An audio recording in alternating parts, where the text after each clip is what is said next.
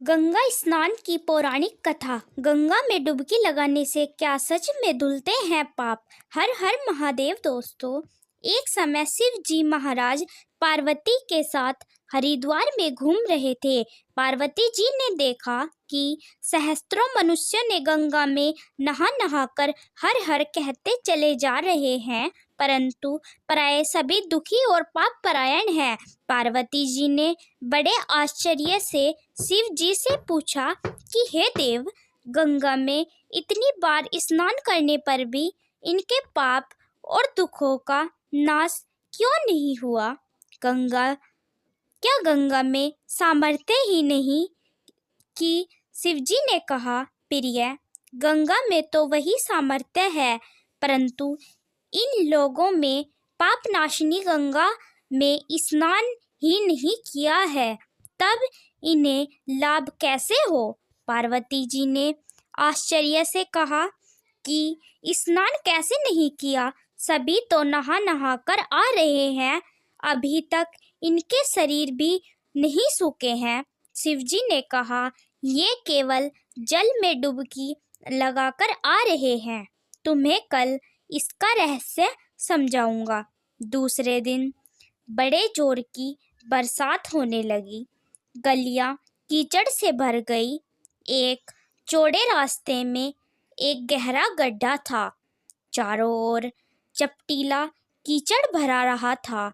शिवजी ने लीला से वृद्ध का रूप धारण किया और दीन विवश की तरह गड्ढे में जाकर ऐसे पड़ गए जैसे कोई मनुष्य चलता चलता गड्ढे में गिर पड़ा हो और निकलने की चेष्टा करने पर भी वह न निकल पा रहा हो। पार्वती जी को उन्होंने यह समझाकर गड्ढे के पास बैठा दिया कि देखो, तुम लोगों को सुना सुना कर यूं पुकारती रहो कि मेरे वृद्ध पति अकस्मात गड्ढे में गिर पड़े हैं, कोई पुण्य आत्मा इन्हें निकालकर इनके प्राण बचाए और मुझ असहाय की सहायता करे।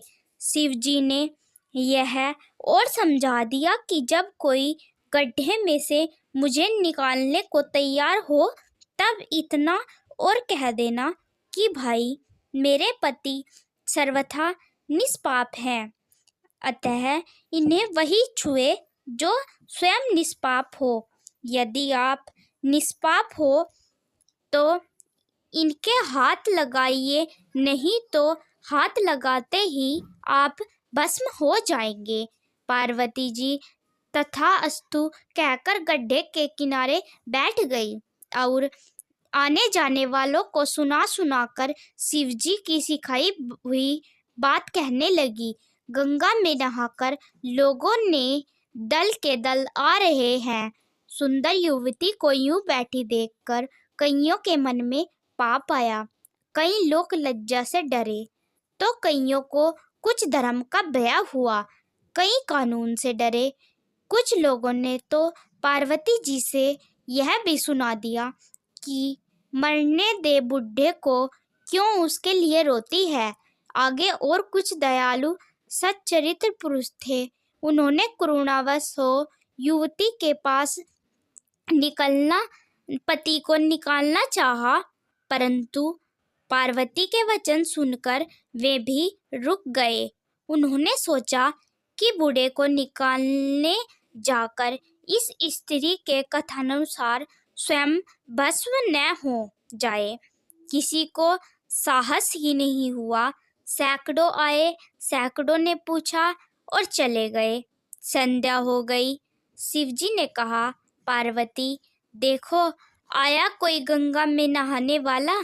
थोड़ी देर बाद एक जवान हाथ में लोटा लिए हर हर करता हुआ निकला।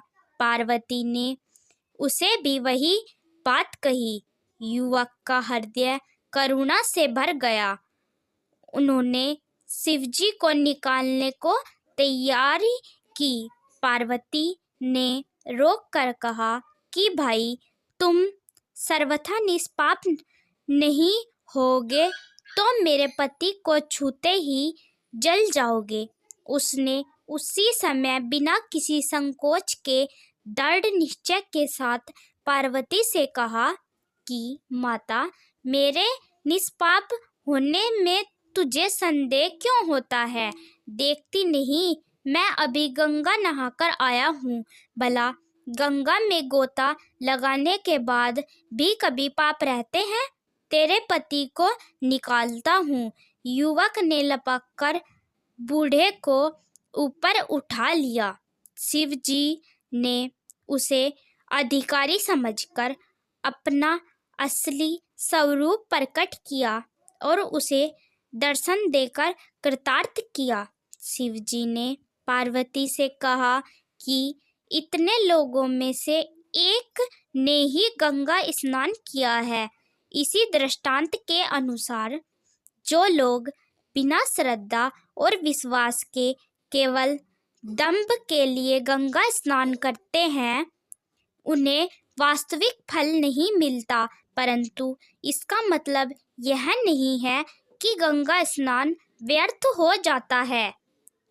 विश्वास के साथ किए गए गंगा स्नान का फल मिलता है। आज की कहानी में बस इतना ही। ऐसी ही और धार्मिक कहानियों के लिए हमारे चैनल को सब्सक्राइब करें और बेल आइकन को ज़रूर दबाएं ताकि आने वाली वीडियो की नोटिफिकेशन आपको समय पर मिल जाए। अंत में एक बार फिर से आपका बहुत बहुत धन्यवाद। दोस्तों, वीडियो पसंद आई तो वीडियो को लाइक करें और ऐसी ही बहुत सारी कहानियों के लिए हमारे चैनल को सब्सक्राइब करें और कमेंट बॉक्स में हर हर महादेव अवश्य लिखें। धन्यवाद दोस्तों।